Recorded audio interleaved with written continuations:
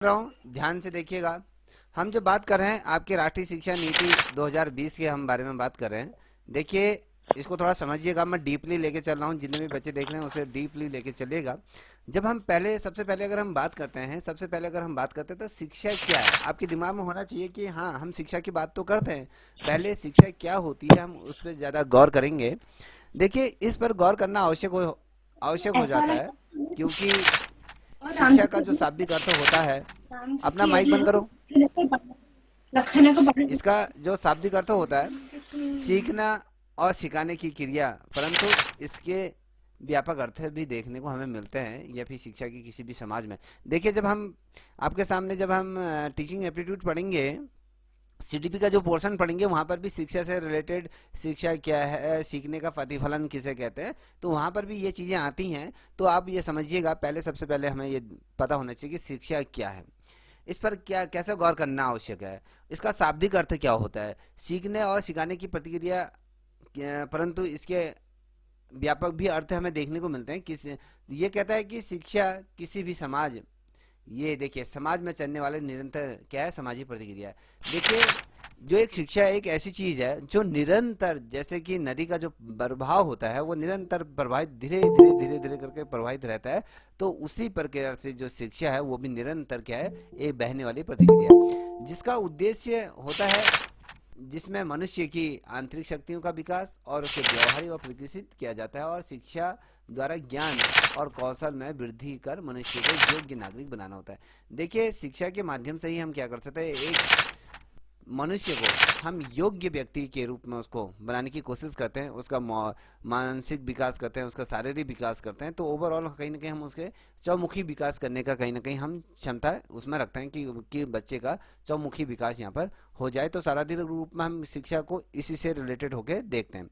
ठीक है, जब हम इससे लेके चलते हैं तो शिक्षा को, तो यहाँ पर देखिए, गौरतलब है कि नई शिक्षा नीति 2020 की घोषणा के साथ ही मानव संसाधन विकास मंत्रालय, देखिए, ये कहता है जब 2020 में जब शिक्षा नीति की घोषणा हुई थी, मानव संसाधन मंत्रालय का नाम बदल कर आप क्या कर दिया है, शिक्षा मंत्रालय कर दिया। देखिए, पहले जब हम भी शिक्षा नीति के, जब भी हम अगले जाए आपके 1968 की बात करो, 1986 की या 1982 की अगर हम बात करते हैं, तो उस टाइम पे जो हमारे जो भारत की जो शिक्षा नीति के अंतर्गत जिसने संशोधन किया या कहें जिस मंत्रालय ने इसे जारी किया गया, उसको किस नाम से जानते थे, तो पहले हम इसको मानव संसाधन मंत्रालय के नाम से इसे जानते हैं, मानव विकास संसाधन के मंत्रालय के रूप में जानते हैं। और बाद में इसका जो नाम बदल दिया एनईपी 2020 के बाद, हमने इसको जो बदल के कर दिया वो शिक्षा मंत्रालय के रूप में आज की तिथि में हम जानते हैं। आज हम ये नहीं कहते हैं कि मानव संसाधन मंत्रालय के रूप में नहीं जानते, सिर्फ हम जो मंत्रालय के रूप में जानते हैं वो शिक्षा मंत्रालय का नाम ये कर दिया गया। और इस नीति द्वारा अगर हम देखें, देश में स्कूली शिक्षा और साथ ही उच्च शिक्षा में प्रवर्तनकारी सुधारों की अपेक्षा इसमें की गई। देखिए, अगर अभी धीरे धीरे आप जब ये नई शिक्षा नीति को पढ़ोगे तो आपको स्पष्ट हो जाएगा। अभी तक जब हम कहते हैं ना कि उत्तराखंड पहला राज्य था जो शिक्षा नीति को लागू करने वाला था, फलाना था, ये वो था, हम जब बात करते तो आपको पता होना चाहिए। आप किसी बच्चे को ये कहते हो कि नई एनईपी 2020 के आधार पर हम पढ़ लेंगे, क्या उसके कितने नुकसान हैं, कितने फायदे हैं, क्या है, ये हमें आज स्पष्ट हो जाएगा। अगर कोई आपसे पूछे कि नई शिक्षा नीति क्या है, उसका आप स्पष्ट तौर पर उत्तर दे सकते हैं। इस इसके उद्देश्य के तहत अगर हम बात करें 2030 तक स्कूली शिक्षा में अगर हम बात करें तो 100% जीआरई जीईआर के साथ हम पूरी तरीके से माध्यमिक स्तर तक का सार्वभौमिक लक्ष्य, कहने का मतलब है, देखिए, 2030 तक का जो लक्ष्य रखा गया है कि संपूर्ण स्कूलों में 100% हम क्या कर देंगे, मानकों को कंप्लीट करें, 100% लोगों की भागीदारी शिक्षा के अंतर्गत हो जाएंगे। और कोई भी ऐसा व्यक्ति नहीं होगा जो शिक्षा से अछूतित होगा और समाज में कोई भी अनपढ़ ना रहे। अगर हम जिस प्रकार से सरकारी स्कूलें बंद करते हुई जा रही है, अब सरकार कह रही है कि 2030 तक हम इस लक्ष्य को हम पूरी तरीके से, जो पूर्वी विद्यालय हैं या फिर माध्यमिक स्तर के हैं या फिर शिक्षा के सार्वभौमिक, सभी को इसका लाभ पहुंचाएंगे। अब आप खुद ही इस चीज को मनन कीजिए। अगर आप गूगल करिएगा तो आपको सारा डाटा आपको मिल जाएगा, कितने विद्यालय बंद हो चुके हैं, सरकारी विद्यालय। अब आप एक तरफ कह रहे हैं कि 2030 तक सभी बच्चों को हम सभी तक शिक्षा की पहुंच कर देंगे, सभी लोगों का 100% नामांकन विद्यालय में कर देंगे। एक तरफ आप विद्यालय बंद कर रहे हो, दूसरी तरफ आप क्या कर रहे हो, ये कह रहे हो। तो ये जो चीज़ है, ये जो ये अचीव नहीं हो सकती। अब एक क्या होगा, जो गरीब व्यक्ति है वो उच्च शिक्षा, वो क्या है, जो आपकी सरकारी शिक्षा खत्म कर देंगे तो फिर आपके प्राइवेटकरण हो जाएगा। तो एक गरीब का बच्चा जो मजदूरी हजदूरी करता है तो वो अपने बच्चों को फिर प्राइवेट स्कूल में नहीं पढ़ा सकता, उसकी औसत उतनी नहीं है, तो वो वर्ग क्या हो जाएगा, फिर कहीं ना कहीं पिछड़ जाएगा। अब देखिए हम यहाँ पर कुछ महत्वपूर्ण तथ्यों पर हम बात करेंगे। आप यहाँ पर देख पा रहे होगे, जब हम कहते हैं महत्वपूर्ण तथ्य क्या होंगे, याद रखिएगा। महत्वपूर्ण तथ्य है, अंतरिम जो राष्ट्रीय शिक्षा नीति थी 1986 में बनाई गई थी, जिसमें संशोधन हुआ था, 1992 में संशोधन किया गया था। ठीक है, जो दूसरी जो शिक्षा नीति आई थी हमारे देश की, वो आपकी क्या थी, ये आपकी 1986 की। अब 1986 में कुछ गुण दोष थे, इन दोषों को दूर करने के लिए 1992 में संशोधन किया गया। मैडम मुझे ये बता सकते हो कि 1986 में जो द्वितीय शिक्षा नीति आई तो थी, फिर ऐसे संशोधन की क्या आवश्यकता पड़ेगी कि 1992 में संशोधन करना पड़ा 1986 की, इसको बताइए। चलिए बताओ, क्विकली आंसर दीजिए।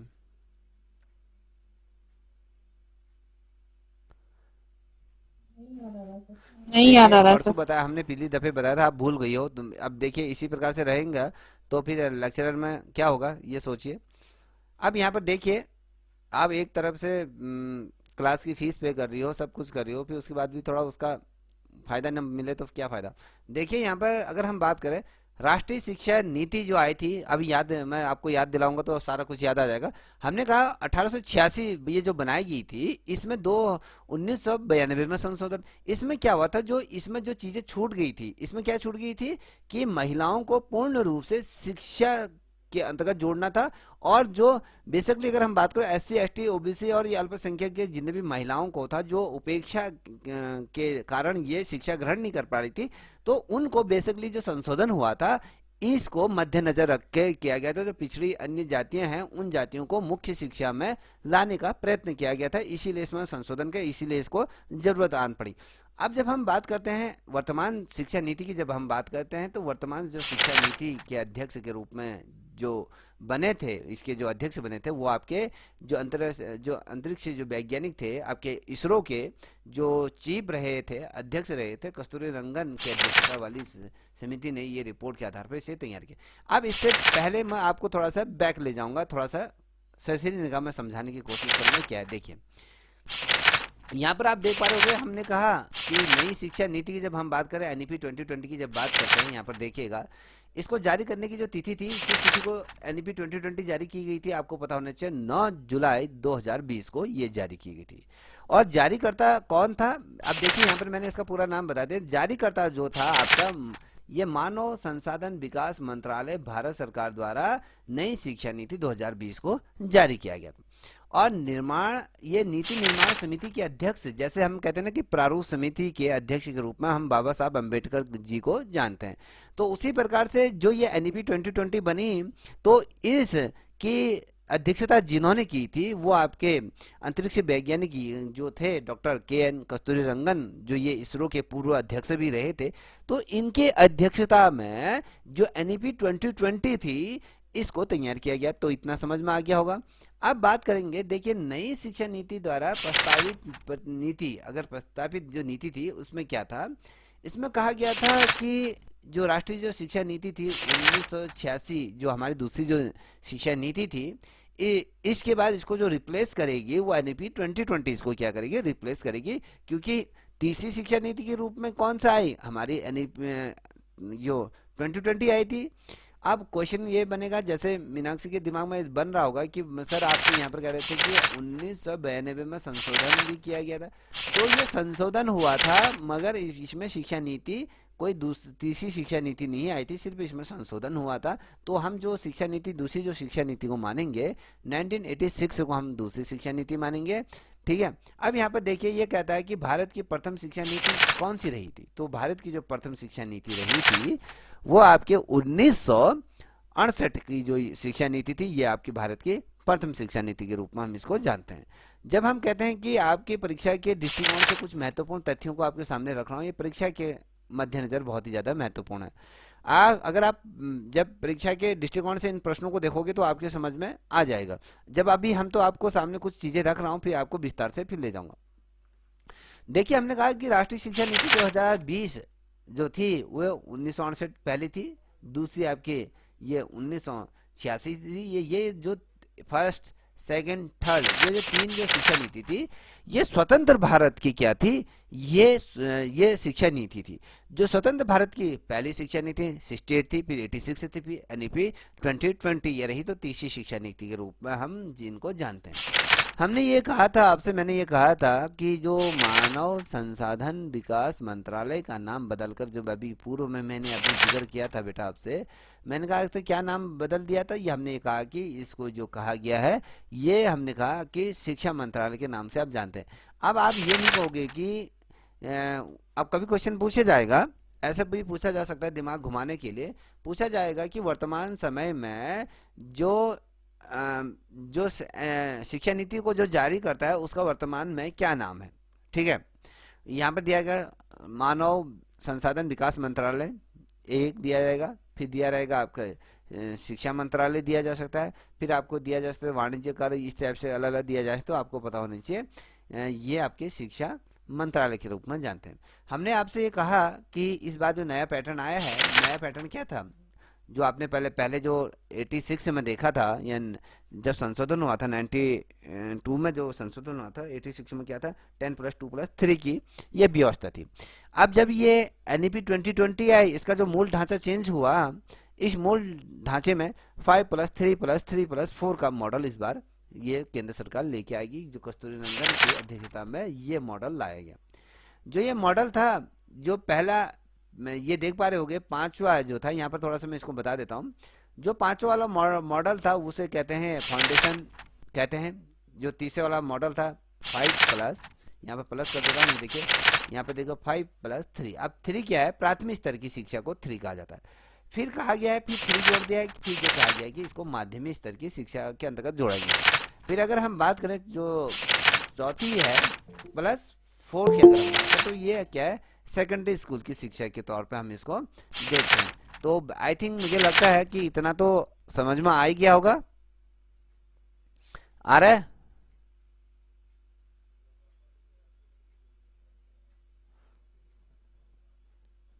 बताइए।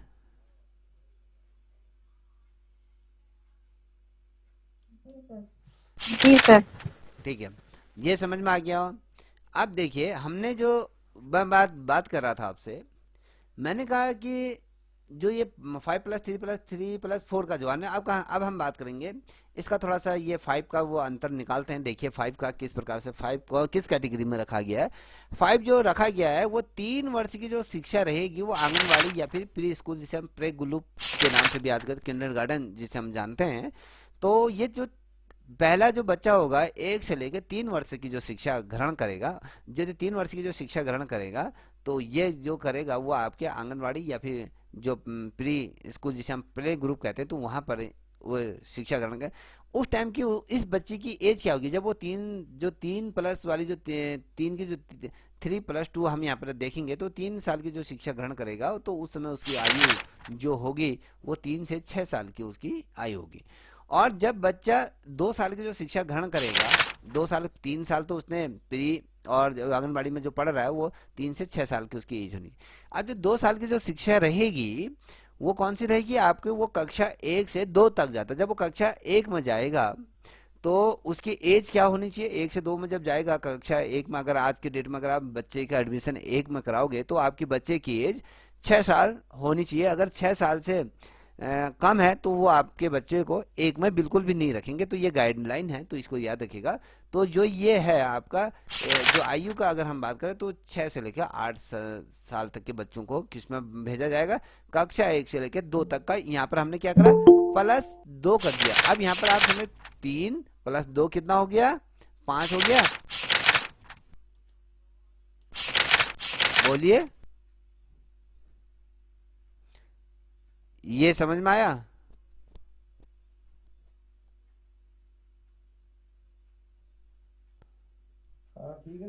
हाँ ठीक है सर, ठीक ठीक है। है, हाँ ओके। तो आपका तो समझ में आ रहा है, और बच्चे एकदम साइलेंट हैं।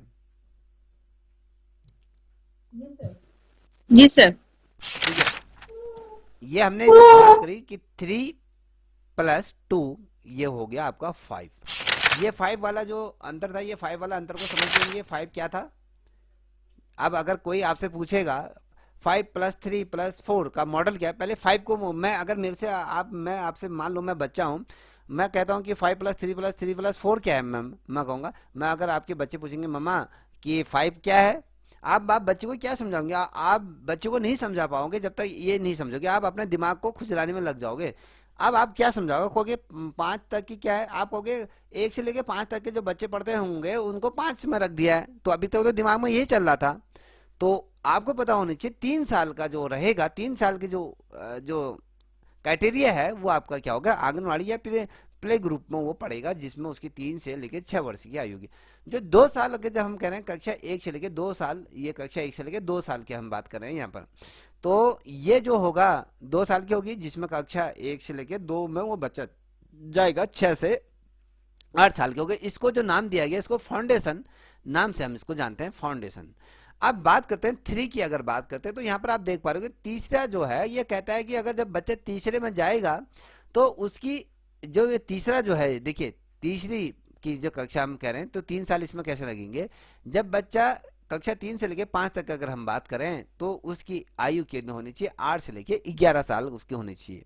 तो आप ये लगा लीजिए, तो बच्चा आपके 3 में है तो 3 वर्ष की शिक्षा यहाँ पर ग्रहण करेगा, तो यह देखिएगा, तो ये है। और फिर हम बात करेंगे +3, तो यहाँ पर 3 जो रख दिया है, तो ये 6 से लेके 8 तक का जो बच्चा यहाँ पर पढ़ेगा, तो यह देखिएगा, तो ये इसकी आयु जो रहेगी वो 11 से लेके 14 वर्ष की होगी। ये 3 जो रखा गया है ये माध्यमिक स्तर पर रखा गया है। और जो कक्षा यहाँ पर +4 दिया है, मॉडल 4 दिया है, वो 9 से लेके 12 तक का, ये इस कैटेगरी में इसको रखा गया है। तो यहाँ पर 9 से लेके 12 में वो बच्चा पढ़ेगा, तो उसकी आयु उस समय होगी 14 से 18 साल का ये होगा, जिसमें वो 12वीं पास कर लेगा। तो ये लेके चलिए कि ये सेकेंडरी स्कूल के अंतर्गत इसको रखा गया है। ठीक है, अब थोड़ा सा मैं ये सर, हाँ एक चीज करना, ये माध्यमिक और सेकेंडरी दोनों सेम ही है नाम नहीं, या अलग अलग नाम है? ये माध्यमिक हो गया, ये पूर्व ये माध्यमिक हो देखिए, गया यहाँ ये पे? जो आपकी ये फाउंडेशन जहाँ से बच्चे को हम उसके, यहाँ जो प्राथमिक जो आएगा, जब आपके पास बच्चा कक्षा 3 से 5 में आएगा, तब वो प्राथमिक स्तर पे कहलाया जाएगा। हाँ, प्राथमिक तो हाँ ठीक है ना सर। ये जो माध्यमिक में लिखा है ना यहाँ पे, यहाँ पूर्व माध्यमिक होना चाहिए यहाँ पे 6 से 8 हाँ, में। अब देखिए कहीं पर ही पूर्व माध्यमिक बोलते हैं, वैसे माध्यमिक ही बोला जाता है। और जैसे हम उत्तराखंड में देखें तो यहाँ पर आप पूर्व माध्यमिक भी कर सकते हो, तो अपने समझने के लिए आप पूर्व माध्यमिक इसमें जोड़ दीजिए।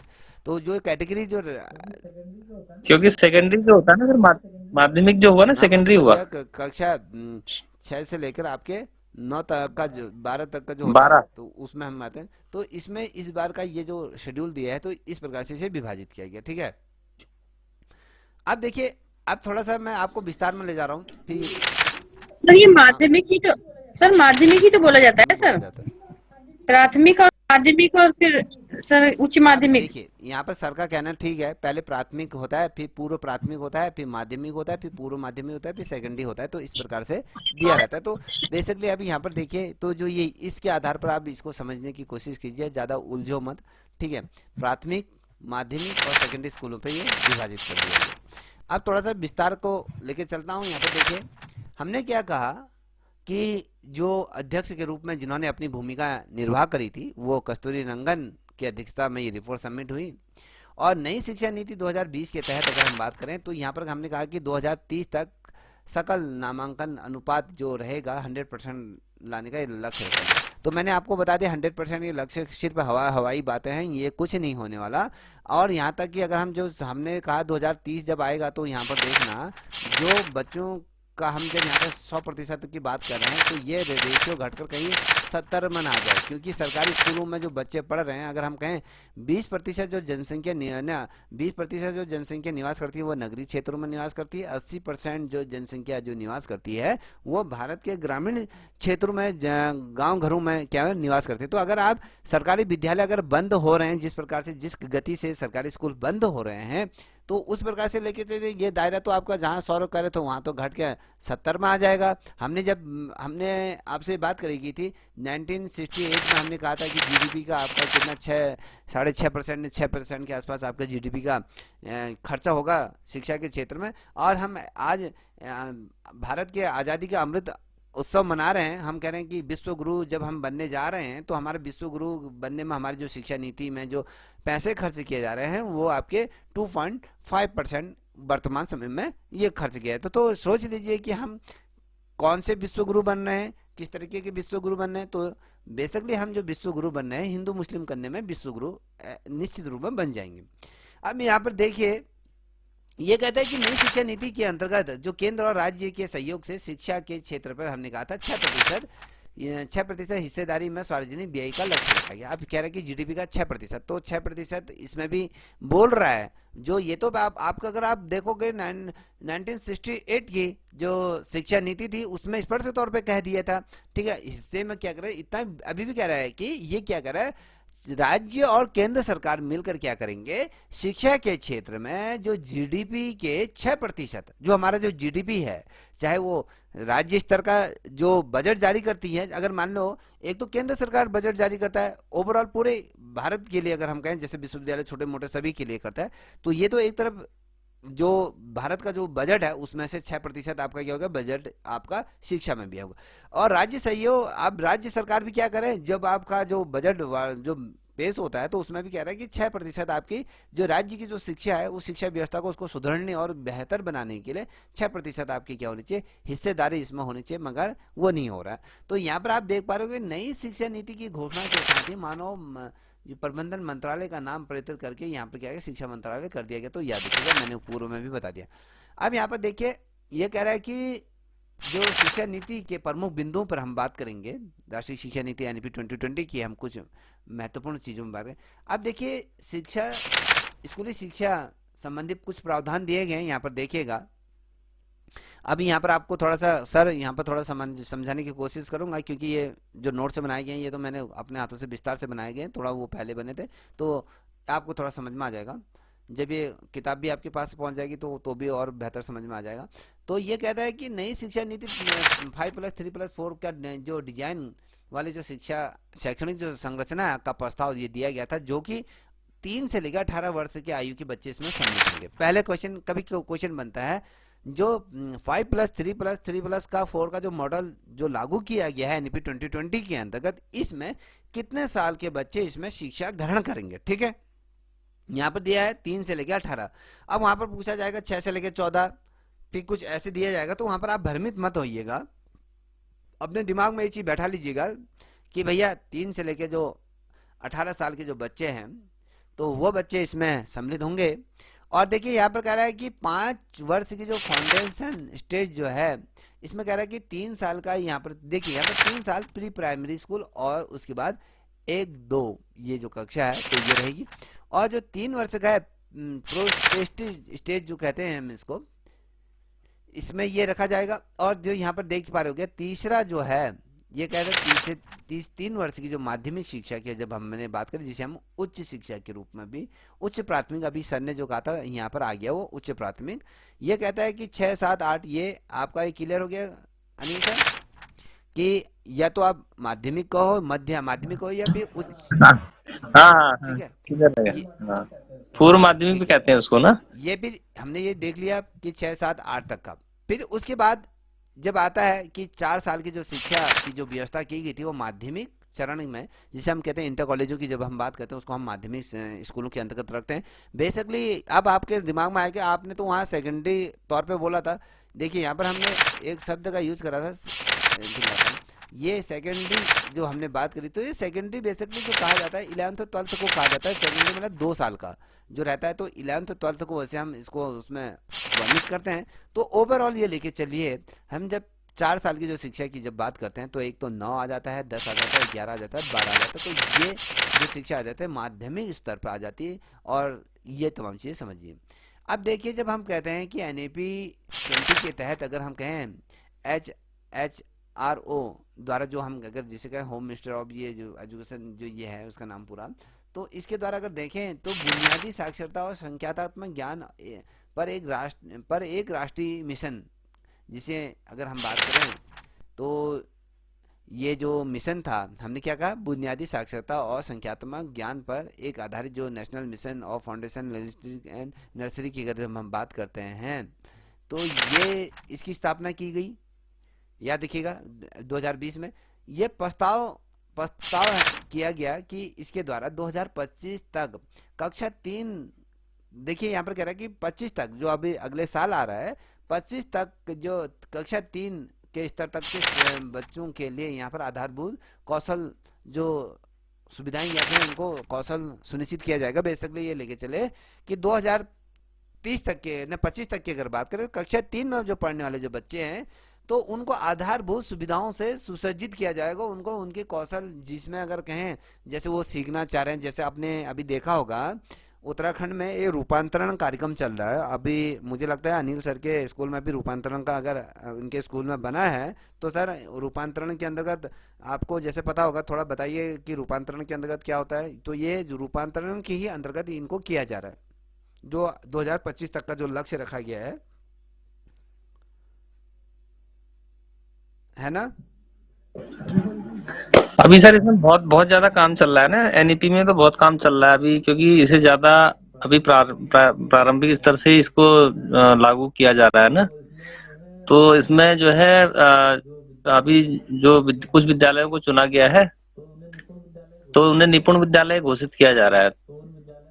तो उन विद्यालयों की जो संरचना है उसको नए तौर पे, जैसे वहाँ का इंफ्रास्ट्रक्चर हो गया आपका, और वहाँ पे ट्रेनिंग वगैरह, अनुभवात्मक प्रशिक्षण आजकल चल रहे हैं हमारे वहाँ पे। अन्य विद्यालयों के टीचर वहाँ पे जाकर के उन विद्यालयों का जो है ऑब्जर्वेशन कर रहे हैं आजकल। अभी ये ट्रेनिंग चल रही है हमारी इस बीच ना।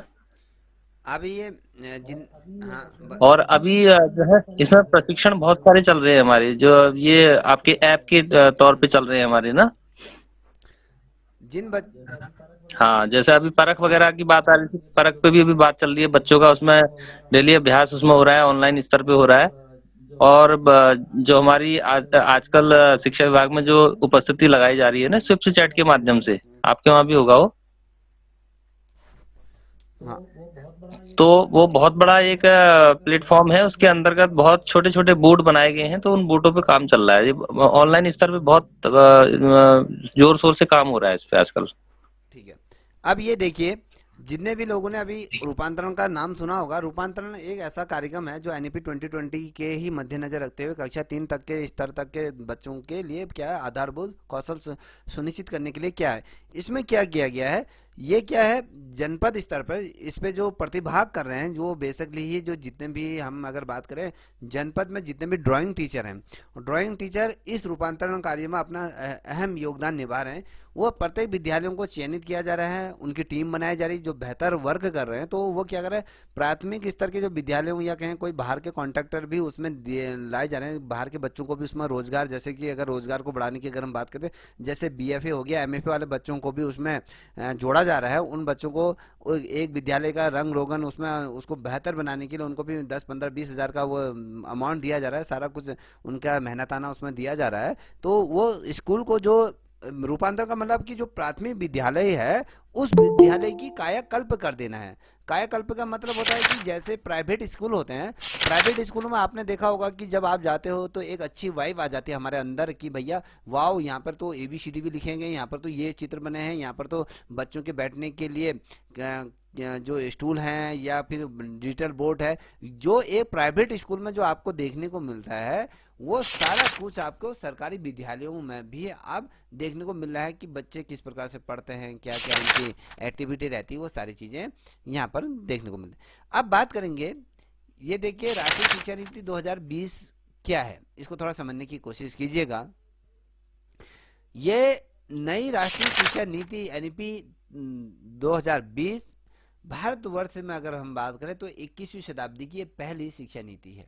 अगर हम 21वीं शताब्दी की अगर हम बात करते तो अभी तो हम 19वीं शताब्दी की बात लेके चलते थे। अगर हम 21वीं शताब्दी की भारत की देखिए, क्वेश्चन क्या बनता है, भारत की 21वीं शताब्दी की पहली शिक्षा नीति कौन सी थी। अब आपके दिमाग में दौड़ रहा है कि पहली शिक्षा नीति तो 1968 थी, तो वहां पर आप गलत हो जाओगे। ये पूछ रहा है कि 21वीं शताब्दी की पहली शिक्षा नीति कौन सी थी, तो आपको बताना होना कि भारतीय राष्ट्रीय शिक्षा नीति एनईपी 2020 ही पहली शिक्षा नीति। जो पिछली राष्ट्रीय जो शिक्षा नीति थी उन सभी की जगह ये है, उसके ड्राफ्ट को ये जगह लेती है, उनका स्थान लेती है। 1986 की ये क्या लेती है, जगह ये लेती है। ठीक है। अब यहाँ पर देखिए शिक्षा मंत्रालय ने डॉक्टर जो के कस्तूरी रंगन की अध्यक्षता में एक समिति का गठन किया, जिसमें नई नीति और रूपरेखा यहाँ पर तैयार करने के लिए इसमें कहा गया। और राष्ट्रीय शिक्षा नीति 2020 तकनीकी शिक्षा सहित स्कूल और उच्च शिक्षा के विभिन्न प्रस्तावों पर ये सुझाव इसने दिया, और 20वीं सदी की जरूरतों के अनुकूल ये क्या।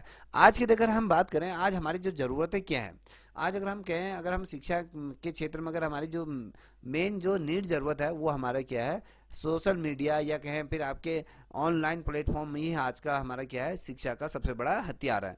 तो आज विद्यालयों में क्या किया जा रहा है, तो शिक्षा में तकनीक को जोड़ा जा रहा है। आज अगर बच्चे के पास आज देखिएगा जिस प्रकार से बोझ कहते हैं ना कि बोझ को भी कम किया जा रहा है, बच्चे के पास अगर एक टैबलेट है तो सारे कुछ उसमें ही है। अब बच्चे को उसमें ही अटेंडेंस लिया जा रहा है, सारा कुछ आधुनिकीकरण है उसमें क्या है। अब जो प्रोफेसर है, जो टीचर है, वो अब क्या करता है, कोई क्लास में लेके बुक लेके नहीं पढ़ाता है। अब वो अपना क्या करता है, अगर जो उसे पढ़ाना है उसे पेन ड्राइव में ले जाता है, और स्कूल में जो बड़े बड़े बोर्ड लगे हैं उनमें जाके वो बेहतरीन तरीके से उसको समझाता है। तो ये हमारी क्या है, 21वीं सदी में जिस प्रकार से हम बढ़ेंगे उस टाइप से हमारी ज़रूरतें भी बढ़ेंगे, तो उसके हिसाब से एनईपी 2020 को लाया गया।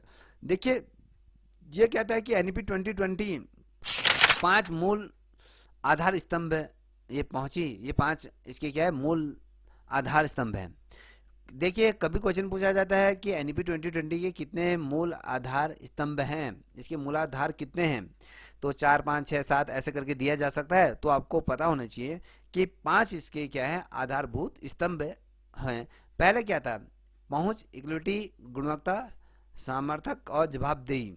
ये क्या थी, ये 5 चीजें याद रख लीजिए कि 5 चीजें कौन सी थी। अगर क्वेश्चन पूछा जाएगा निम्न में से कौन से, अगर यहाँ पर मान लीजिए 4 अलग नाम दिए ने 3 अलग दिए गए हैं, एक इसमें से दे दिया जाएगा, तो उसमें से पूछा जाएगा निम्न में से कौन से 5 आधारभूत स्तंभों में से निम्न में से कोई एक है उसको आप चयनित करें।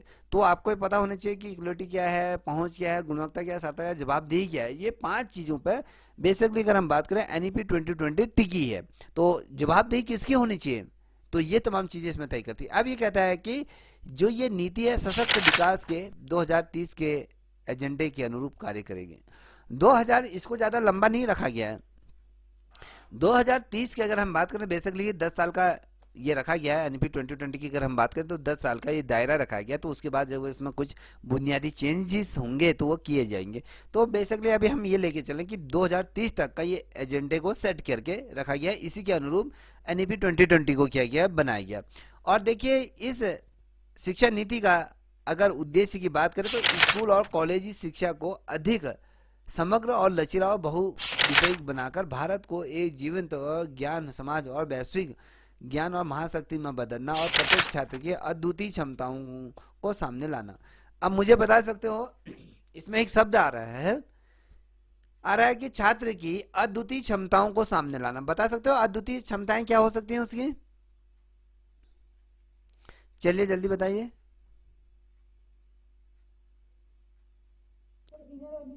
Sir inner abilities. ठीक है, तो ये चीजें क्या है उसके सामने लाने। अगर मान लीजिए कोई बच्चा किसी कारणवश नहीं पढ़ पा रहा, उसको अच्छा प्लेटफॉर्म मिलता है, उसके अंदर जो क्षमताएं हैं, जो उसका टैलेंट है, अगर उसको आप निखार के सामने ला जाते हो तो यही उसकी क्या है, अद्वितीय क्षमता है। जो उसके अंदर जो छिपी हुई जो भाव, वो टैलेंट है, जो उसके अंदर छिपी हुई जो प्रतिभा है, उस प्रतिभा को आपने निखार के समक्ष ले आना है। तो यही इसका मेन लक्ष्य है। अब कहता है यहाँ पे देखिए कि एनईपी 2020 की जब हम बात करते हैं, ये पहले शिक्षा नीति से कैसे अलग है। अब आपको डिफरेंस भी तो पता होना चाहिए। अब मान लीजिए मैं आपके सामने इसको रख देता हूँ, बेसिकली इसमें आपको सीधे सीधे इसमें क्या है, परीक्षा के आधार पर इसको नोट्स बना दिए गए, इसमें नोट्स बनाए हैं। ठीक है, आपको ये जब समझने के लिए आपको पहले ये इतना विस्तार से ये वाला जो मैं पढ़ा रहा हूँ, ये पोर्शन अगर आप जिस दिन समझ गए तो ये वाले जो प्रश्न है इनको धड़ा धड़ आप करके बता दोगे और समझ भी जाओगे कि ये कहना क्या चाह रहा है। तो इसको मैंने इसीलिए यहाँ पर रोक दिया है, पहले मैं आपको विस्तार में लेके चल रहा हूँ। ठीक है, अब ये कह रहा है कि एनईपी 2020 पहले की जो शिक्षा नीति थी उससे कैसे डिफरेंट है। तो यहाँ पे देखिए, राष्ट्रीय शिक्षा नीति जो एनईपी को पहली बार जो जनता के समक्ष या कहें भारत सरकार द्वारा जो इसे लॉन्च किया गया था, 68 में इसे किया गया था। जो कोठारी आयोग की सिफारिशें थी उसके आधार पर देश की जो पहली शिक्षा नीति को तैयार किया गया। और एनईपी जो 86 की जब हम बात करते हैं तो समाज में सभी वर्गों को शिक्षा प्रदान करने के लिए, चाहे वो प्राथमिक शिक्षा को बढ़ावा देना है और साथ ही मुक्त विश्वविद्यालयों पर ध्यान केंद्रित किया गया था। ठीक है, याद रखिएगा। अब ये क्या कह रहा है, याद रखिएगा डिफरेंट क्या है। हमने जो कहा 86 वाली में कहा कि समाज के सभी वर्गों को शिक्षा, अब इसमें भी कह रहा है कि सभी वर्गों को। अब देखिए, याद रखिएगा, प्रदान करने और प्राथमिक शिक्षा को बढ़ावा देना और मुक्त विश्वविद्यालय की स्थापना पर ध्यान केंद्रित किया गया। अब ये कह रहा है कि ध्यान केंद्रित किया है। बाद में ये जो कार्य योजना जिसे हम कहते हैं कि आपने दिखा PO1 की अगर हम बात करते हैं तो 1992 की जब हम बात करते हैं, जो संशोधन था इसमें क्या था कि जब बच्चा विद्यालय में जाता है कि प्रारंभिक देखभाल की बात करते हैं, उसकी देखभाल कैसी होनी चाहिए। शिक्षा और प्राथमिक शिक्षा के सार्वभौमिकरण पर क्या गया, विशेष रूप से जोर दिया गया। हमने आपसे ये कहा था कि जो शिक्षा नीति थी आपकी 1982 की जब हम बात करते तो उसमें जो संशोधन हुआ था उसमें जो पिछड़ी जातियां थी उन पिछड़ी जातियों को कहीं ना कहीं शिक्षा के मुख्य धारा में कहीं ना कहीं लाना था। और मुख्य धारा में जब हम उनको लाते हैं तो कहीं ना कहीं ये होता है कि उन लोगों को भी शिक्षा से जोड़ा जा सकता है। अब ये कहता है, थोड़ा सा इसको ध्यान में रखिएगा, कि ये कहता है कि एनईपी 2020 निम्नलिखित आधारों पर पहले की नीति से अलग और उससे अलग है। ये कहता है कि कैसे अलग है। देखिए, पहले हम इसके पॉइंटों पर चर्चा करेंगे। ये देखिएगा, पहला कहता है कि समग्र विकास पर ध्यान केंद्रित करती है। दूसरा है व्यवसाय शिक्षा पर, प्रौद्योगिकी समक्ष शिक्षा पर जोर देती है और साथ ही के चुने हुए अधिकार और उससे बहुलता भाषा को बढ़ावा देती है और लचीला और साथ ही बहु विषय पाठ्यक्रम इसमें दिए गए हैं। अब क्या है, थोड़ा सा इसको ध्यान में रखिएगा। जब हम बात कर रहे हैं कि समग्र विकास पर ध्यान केंद्रित करना, इसमें क्या है, किस प्रकार से भारत की जो प्रतिभा और मानव संसाधन को समृद्ध और बनाने के लिए आलोचनात्मक चिंतन, चर्चा और विश्लेषणात्मक जोर देना। देखिए, हमारी जो अगर हम देखें, जो हमारे भारत की जो रीढ़ की हड्डी है वो हमारी क्या है, जो प्रकृति जो संसाधन है, जो मानव संसाधन है, अगर ये हमारी क्या है, रीढ़ की हड्डी है। और हमारी जो भारत की जो प्रतिभा है यही कहीं ना कहीं हमारे देश को कहीं ना कहीं समग्र शक्तिशाली या कहें उसको विकसित बनाने का ये कार्य करती हैं। तो अगर हम इन पे अगर हम फोकस रखें, इसको अच्छा बेहतर बनाने की कोशिश करें तो इसमें कभी कभी हमें आलोचनाएं भी झेलनी पड़ती हैं, चिंतन मनन भी करना पड़ता है और हम इसमें व्यापक रूप में हम क्या करते हैं, चर्चा करते हैं। और उसका क्या होता है, विश्लेषणात्मक जो हम जब करते हैं, जब हम इसका विश्लेषण करते हैं ना, जो लो फॉल्स हैं उनको जब हम ढूंढने की कोशिश करते हैं तो उससे क्या होता है, हमारी जो शिक्षा पर कहीं ना कहीं हम जोर देते हैं कि हमारे जो हमारे लो फॉल्स हैं उनको जब हम दूर करेंगे तो हमारी जो बेहतर शिक्षा की गुणवत्ता को बेहतर किया जा सकता है। तो इस पे ये जोर देता है। कहता है कि व्यवसाय शिक्षा का एकीकरण। अब व्यवसाय शिक्षा कहता है कि इस नीति से एनईपी 2020 की जो नीति है व्यवसाय शिक्षा को महत्व और मान्यता देती है और इसका उद्देश्य मुख्य धारा की शिक्षा को एकीकरण करना है। जो मुख्य धारा की जो शिक्षा है, जो बेसिकली जो चल रही है कक्षा 1 से लेकर 12 तक की जो शिक्षा, मुख्य धारा की जो शिक्षा है उसको कहीं ना कहीं मान्यता देती है, उसको एक सामाजिक मुख्य धारा में लाने की कोशिश करते हैं और व्यवसाय शिक्षा को मान्यता। अब व्यवसाय शिक्षा को जब हम कह रहे हैं कि जैसे हम ITI हो गया है, जो आपके ग्राफिक एरिया जैसे होते हैं, IIT जैसे मान्यता प्राप्त जो विद्यालय होते हैं, जैसे पॉलिटेक्निक जैसे, इनको अगर मान्यता देंगे तो यहाँ से निकलने वाले जो मार्क्स है कहीं ना कहीं वो आप किसी न किसी चीज़ में वो व्यवसाय रूप में स्किल होगा, कहीं यानी कहीं अपना छोटा मोटा रोजगार वो खोल सकता है, प्लम्बर का कार्य कर सकता है, इलेक्ट्रिशियन का कार्य कर सकता है, या कहीं फिर वो आपके जो इंजीनियरिंग के क्षेत्र में अच्छा कार्य कर सकता है। तो कहीं ना कहीं इस चीज में इसको जोड़ने का बात। जब हम प्रौद्योगिकी की बात करते हैं तो जो कंपनियां होती हैं, जो कारखाने होते हैं, उन कारखानों के समक्ष भी शिक्षा को जोड़े, उसमें भी कहीं ना कहीं पढ़े लिखा मास होना चाहिए और उसको भी कहीं ना कहीं वो देश की कहीं ना कहीं रीढ़ की हड्डी होती है। तो कहीं ना कहीं ये प्लेटफॉर्म भी उपलब्ध कराते हैं और इसको भी कहीं ना कहीं हतोत्साहित किया जाता है। देखिए कहता है कि नई शिक्षा नीति कि जब हम कहते हैं शिक्षा की प्रौद्योगिकी के महत्व को मान्यता दे, कहते हैं कि जो प्रौद्योगिकी मतलब जब अगर हम कह रहे हैं कि आज नोकिया वाला कंपनी वाला है, जब अगर हम बात करें, हम कहते हैं कि आजकल जो आपकी एआई जैसे टूल्स आज चले, जीटीपी की, चैट जीटीपी हो गया, ये अलग अलग जो चीजें हैं, तो ये क्या है, एक कहीं ना कहीं एक कोई ना कंपनी संचालित है। अगर हम कह रहे हैं अमेजोन चल रहा है, कोई ना कोई वो एक कंपनी है जिसमें बहुत ढेर सारे लोगों को रोजगार वो दिया हो रहा है। जैसे हम कहते हैं कि टाटा स्टील हो गया, टाटा मोटर्स हो गया, अलग अलग जो बड़ी बड़ी संस्थाएं खुली हैं। तो इससे क्या होता है, जब जो किसी न किसी देश की रीढ़ की हड्डी होती है बेसिकली, याद रखिएगा, तो इसके अंतर्गत भी शिक्षा को जोड़ दिया गया, प्रौद्योगिकी को महत्व को बढ़ावा देना, उसको मान्यता देना और उसके सीखने के अनुभवों को बढ़ावा देना, और डिजिटली उपकरणों का हम क्या करें, कहीं ना कहीं प्लेटफॉर्मों में उसका प्रयोग या प्रोत्साहित उसे किया। जैसे मैंने कहा कि एआई टेक्नोलॉजी के आधार पर हम तमाम चीज़ें कर रहे हैं, और हम चैट जीटीपी की, अगर हम चैट जीटीपी के माध्यम से अगर आपको कोई भी क्वेश्चन में डाउट होता है, देख लीजिए आप अपने मोबाइल में चैट जीटीपी का एक जो गूगल प्ले स्टोर में जाइएगा, चैट जीटीपी का एक ऐप है, उसे डाउनलोड कर लीजिएगा। आपके जब वो डाउनलोड हो जाएगा तो वहाँ पर एक स्टार्ट का बटन होता है, उसे स्टार्ट कीजिएगा। आपके मन में कोई भी प्रश्न होता है, आपके मन में अगर कहीं पर भी कोई शंका, कोई भी प्रश्न होता है, तो उसमें सिर्फ आप बोलिएगा कि मुझे इस प्रश्न का उत्तर चाहिए, तो वो सारे उत्तर आपके सामने विस्तार से रख देगा। तो कहीं ना कहीं ये एक आधुनिक तकनीक की जो प्लेटफॉर्म कहते हैं ना, जो डिजिटल उपकरणों का कहीं ना कहीं प्लेटफॉर्म है, इससे हमारी जो शिक्षा व्यवस्था है, जो हमारे सीखने की जो क्षमता है, जो हमारे जो डाउट है, वो बहुत आसानी से दूर हो जाते हैं। तो ये कहीं ना कहीं इस चीज़ को भी प्रोत्साहित ये करती है। तो याद रखिएगा।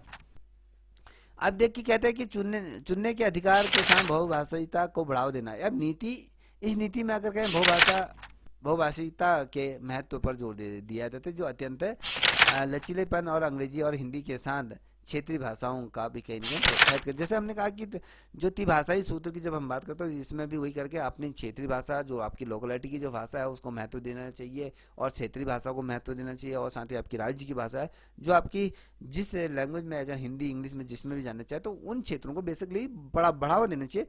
तो उन क्षेत्रों में भी इन जो लैंग्वेज है, इनमें भी आप क्या होता है, शिक्षा ले सकते हो। कहीं ना कहीं शिक्षा को हम प्रोत्साहित इसके माध्यम से भी कर सकते हैं। ये नहीं कि आप इंग्लिश के माध्यम से ही बच्चे को पढ़ाओगे, जरूरी नहीं है कि आप हिंदी के माध्यम से पढ़ाओ। अगर बच्चा हिंदी नहीं समझ पा रहा है, तो आपको आपकी जो क्षेत्रीय भाषा है, जिसमें बच्चे की लैंग्वेज बहुत पकड़ अच्छी है, तो आप उस भाषा में बच्चे को क्या करोगे, अध्ययन कार्य कराओगे। तो यहाँ पर ये चीज़ें दी हुई है।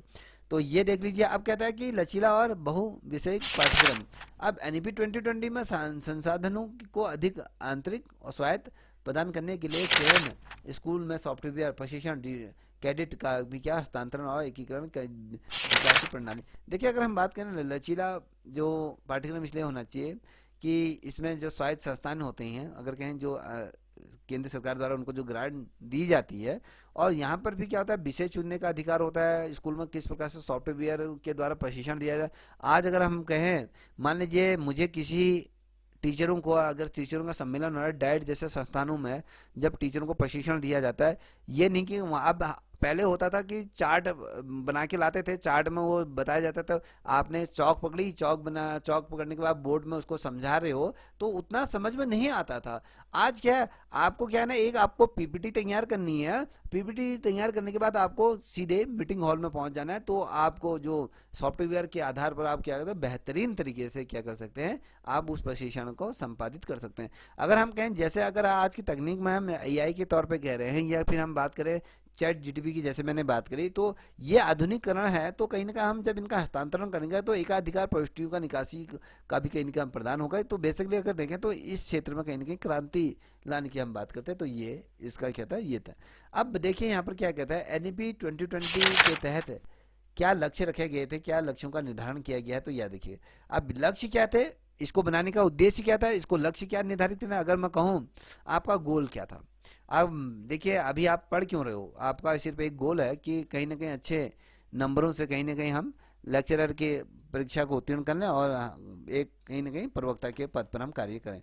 देखिए, ये कहता है कि जो एसडीजी के 4 के आधार पर अगर देखें, तो इसके अनुसार 2023 तक अगर हम कहें, जो 100% नामांकन की जब हम बात करें, 2030 की जो रूपरेखा जो सरकार द्वारा तैयार की गई है, इसमें जो प्रारंभिक बाल्य अवस्था देखभाल शिक्षा से लेकर अगर हम आगे माध्यमिक शिक्षा तक सार्वभौमिकरण को हम बात, छोटे से अगर हमने कहा जो बाल्य अवस्था के मतलब जो आपका जहाँ पर एक आंगनवाड़ी जो सहायक कार्यकर्ता होती है, से एक सहायक होती है, एक दो होते हैं, तो उसमें क्या होता है बच्चों को, छोटे छोटे बच्चों को स्कूल में ले जाना, उनको बोलना सिखाना, उनकी उनकी देखभाल करना, तो ये सारी चीज़ें आपकी यहाँ से प्रारंभ हो जाती है। और उच्च शिक्षा की अगर हम बात करें, माध्यमिक शिक्षा तक की अगर बात करें, तो वहाँ पर सार्वभौमिक मतलब सभी बच्चे का बौद्धिक विकास, उनका विकास की बारे में बात करें, उसको शिक्षा से ओतप्रोत कर देने की बात है। 2025 तक राष्ट्रीय शिक्षा नीति के माध्यम से आधारभूत शिक्षा एवं संज्ञानात्मक कौशल को बढ़ावा देना है, याद रखिएगा। 2030 तक जो प्री स्कूल है उनमें माध्यमिक स्तर तक की अगर हम कहें तो 100% इसमें नामांकन आपका हो जाना है, तो याद रखिएगा। और 2035 तक की अगर हम बात करें तो उच्च शिक्षा में 50% तो आपका जो टारगेट जो रखा गया, 50% जो हमारे देश की जनसंख्या है वो तो उनका नामांकन इस समय तक पूरी तरीके से हो जाना चाहिए। अब ये कहता है कि खुली स्कूली शिक्षा प्रणाली के माध्यम से 2 करोड़ बच्चों को मुख्य धारा में वापस लाना है। खुली शिक्षा व्यवस्था क्या थी, बता सकती हैं कोई? कोई बता सकता है कि खुली शिक्षा प्रणाली क्या थी? चलिए बताइए।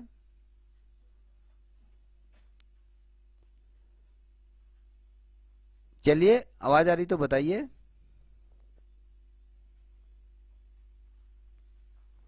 हेलो।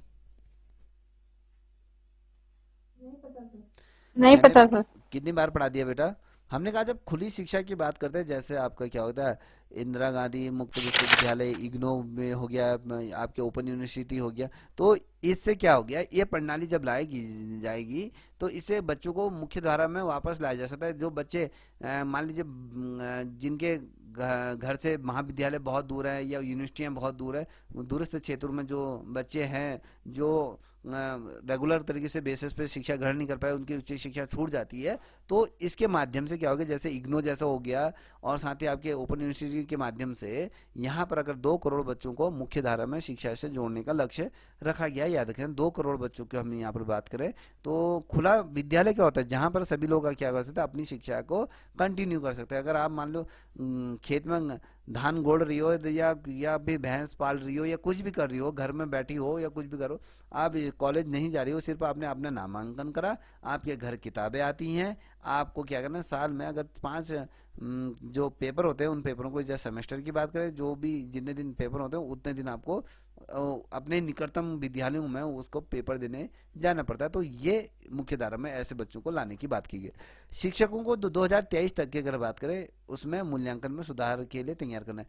अब ये जो चला गया है 2023 जो चला गया है, तो यहाँ पर अभी भी इस पे कार्य चल रहा है कि मूल्यांकन सुधार के लिए तैयार करना है। देखिए शिक्षकों को 2023 तक के मूल्यांकन के लिए सुधार, देखिए जो मूल्यांकन होना चाहिए, किस प्रकार से टीचर क्या करना चाहिए, टीचर को किस प्रकार से तमाम चीज़ें, या कहीं बच्चे का मूल्यांकन कैसा करना चाहिए, ये सारा कुछ इसमें तैयार किया जा रहा है। तो याद रखिएगा ये रन में है अभी भी।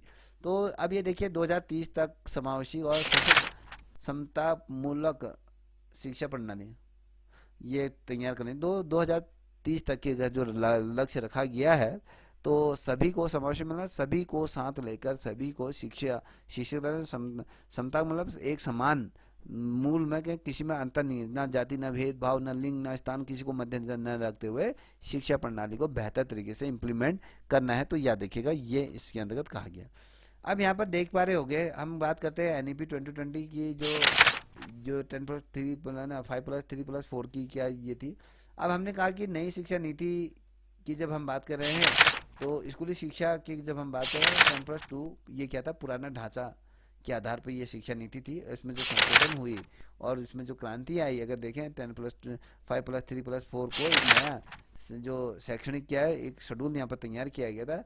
और यहाँ पर क्या है, जो 3 से लेकर 18 साल के बच्चों को इसमें कवर करेंगे। जो एनईपी 2020 कितने साल के बच्चों को कवर करेगी, 3 से लेकर 18। याद रखिएगा 3 से लेकर 18 में कहूँगा, आप ये मत कह देना कि 6 से लेकर 14 साल के बच्चों को क्या करेंगे ये कवर करेगी, तो बिल्कुल नहीं, 3 से लेकर आपके 18 साल तक के बच्चों को ये कवर करेगी।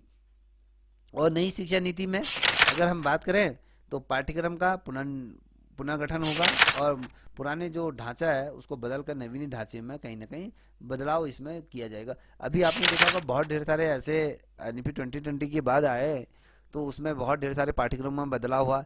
हमने, जैसे आपने देखा होगा, जैसे हमारा जो आपका जो राजपथ का नाम था, कर्तव्य पथ रख दिया, और बहुत ढेर सारे ऐसी चीज नाम बदल दिए गए हैं। ठीक है, तो ये क्यों बदल दिए? तो इसलिए बदल दिए गए हैं कि सरकार को ही लगता है, हमारे सरकार को लगता है कि इसमें गुलामी की बुआ आती है, क्योंकि अंग्रेजों के समय में ये चीज़ें हुई थी।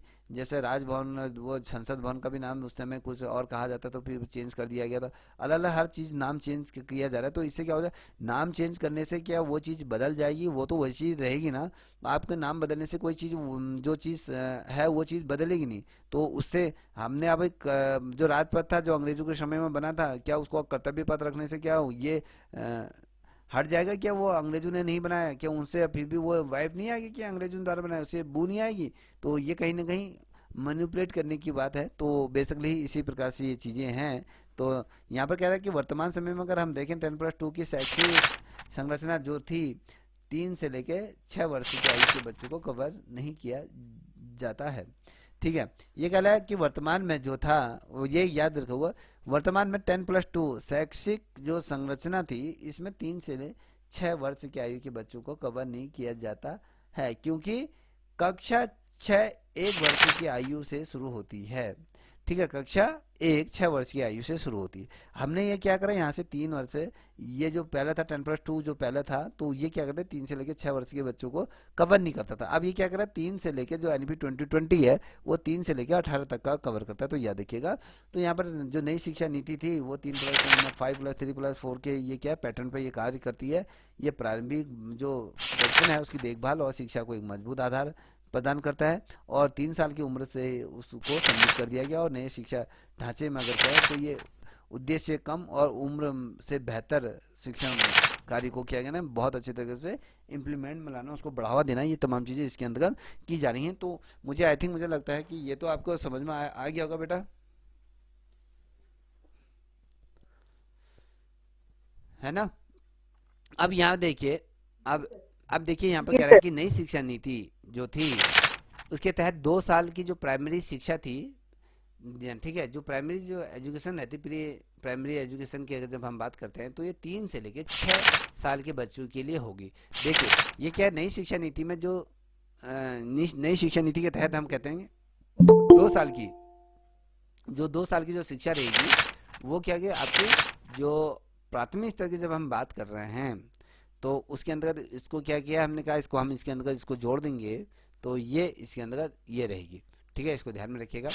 और ये कहता है कि 2 वर्ष की जो प्री प्राइमरी स्कूलिंग का उद्देश्य बच्चों को प्राथमिक शिक्षा के लिए तैयार करना होता है। अब आपके दिमाग में ये दौड़ेगा कि सर, कि ये जो होता ना, ये 3 वर्ष ये बच्चे को यहाँ क्यों दिया जा रहा है, इसको ये आंगनवाड़ी या प्ले ग्रुप में क्यों दिया है?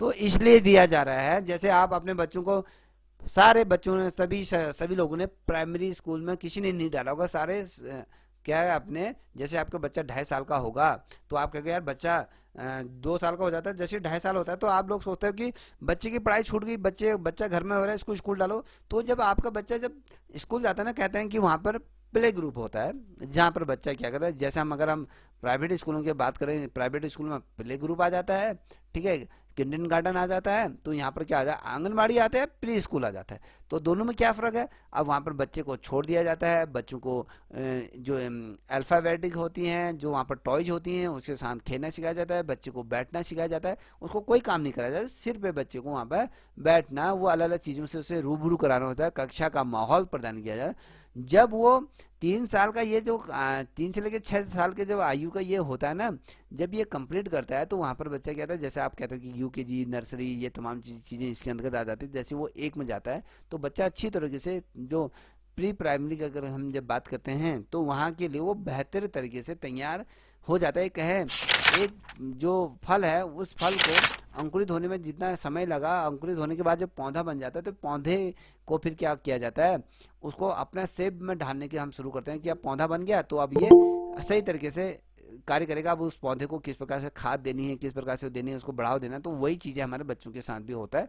तो 2 वर्ष की जो प्राइमरी स्कूल का उद्देश्य है, बच्चों को प्राथमिक शिक्षा के लिए तैयार करना है। अब प्री प्राइमरी 2 वर्ष के दौरान बच्चों को आंगनवाड़ी, समुदाय या आदि नर्सरी स्कूलों में निःशुल्क पढ़ाया जाएगा, और देखिए ये कहता है कि यहाँ पर क्या कहता है कि समुदाय आधारित या नर्सरी स्कूलों में निःशुल्क आप तो जो यहाँ तो सरकारी स्कूल में पढ़ाते हैं वहाँ पर आपके बच्चे की 1500 रुपये फीस जाती है, 2000 की जाती है, तो लेके चले कि बच्चा 3000 में आपका बैठ जाता है गाड़ी का खर्चा खुर्चा लगा के यहाँ पर।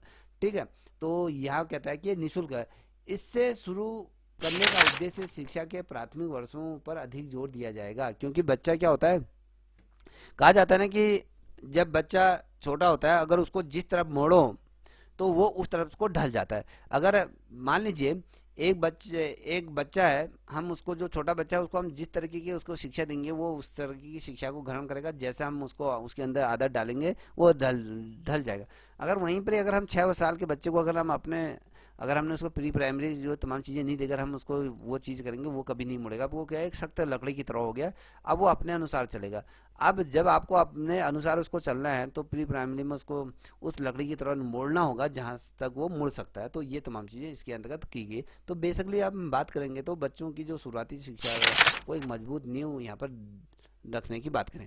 अब यहाँ पर ये लेके जैसे हम कहते हैं कि जो किसी बच्चे की जो प्राथमिक गुरु के रूप में जो माँ होती है, अब यहाँ पर माँ का जो स्थान ग्रहण कर लिया है ना, वो ये प्री प्राइमरी जो किंडरगार्टन हो गया या कहें प्ले ग्रुप ने ये धारण कर लिया। आज माँ बिल्कुल भी बच्चे को वो नहीं करती है कि यार मेरा बच्चे को ये सिखाना है, वो अब स्कूल में भेज दिया तो वो वहाँ सीख रहा है ना, घर घर आके ये नहीं कहते कि वो बेटा ये करो वो कर। जब वो एक में जाता है तब उसको जबरदस्ती लिखा ए लिख, बी लिख, सी लिख, सही तरीके से नहीं लिख रहा है वो उसको तो वहाँ पर से डांटना शुरू होता है। तो बेसिकली अगर माँ की जो भूमिका को निर्वाह कर रही है वो जो ये कहते हैं ना कि आंगनवाड़ी समुदाय पर आधारित ये जो महिलाएं हैं तो ये निभा रही। अब कहता है कि 3 से 6 वर्ष की आयु के बच्चों के लिए ऐसी गतिविधि लगाई जाए जो उन्हें खेल मनोरंजन आदि के माध्यम से सीखने और सिखाने में क्या है मदद करेगा। तो याद रखिएगा ये कहता है 3 से 6 वर्ष की आयु के बच्चे स्कूली पाठ्यक्रम के अंतर्गत आएंगे और प्रथम चरण की शिक्षा में आनंददायक, चंचल और मस्ती भरे माहौल बनाने के लिए अधिक क्या प्रयास किए जाएंगे। देखिए 3 से लेकर 6 वर्ष की जब हम बात करते हैं, 3 से लेकर जो 6 वर्ष का बच्चा होता है वो 1 से 2 में जाता है। यहाँ पर देखिए हमने यहाँ पर कहा कि 3 से लेकर 6 आयु का जो बच्चा होता है वो क्या होता है, ये इसमें जाता है। देखो यहाँ पर ये जो है इसके अंदर जाता है, फिर 2 से लेके 6 तक के हो, 6 से लेके 8 तक के वो आयु वाला बच्चा होता है। तो ये वाला जो खेलन होता है बच्चा क्या करता है, बड़ा ही चंचलता के मतलब आनंदमय होकर वो स्कूल को जाना शुरू करता है। जब वो धीरे धीरे बड़ा होता है फिर कहता है मम्मी मैं आज नहीं जा रहा हूँ, क्योंकि होमवर्क का दबाव जो रहता है तो बेसिकली उसलिए तो ये माहौल बड़ा खुशनुमा बनाया जाता है। तो ये उद्देश्य इसीलिए रखा गया है। ठीक है, अब यहाँ पर आप एक चार्ट देख पा रहे होगे, तो यहाँ पर एज ग्रुप लिखी है, यहाँ पर क्लास दिया गया है, यहाँ पर ईयर स्कूलिंग दिया गया है, यहाँ पर पेज ऑफ जो भी कैलकुलेशन वो दिया गया कौन सा ये मोड होगा, सेकेंडरी हो गया, मीडियम हो गया, प्राइमरी हो गया, जो आपका फंडामेंटल है ये जो रहेगा। ठीक है, तो इन कैटेगरी में इसको विभाजित है। अब जैसे हमारा सर ने कहा था कि हम इसको इस 2 भागों में इसको हम विभाजित कर देंगे, जैसे आपके प्राथमिक और इसमें प्राथमिक यहाँ पर पूर्व प्राथमिक, ये इस तरीके से हम इसको विभाजित करते हैं। बेसिकली इन्होंने जो 6 से लेके ये वाला रखा गया इसे फाउंडेशन कोर्स के अंतर्गत ही रखा गया।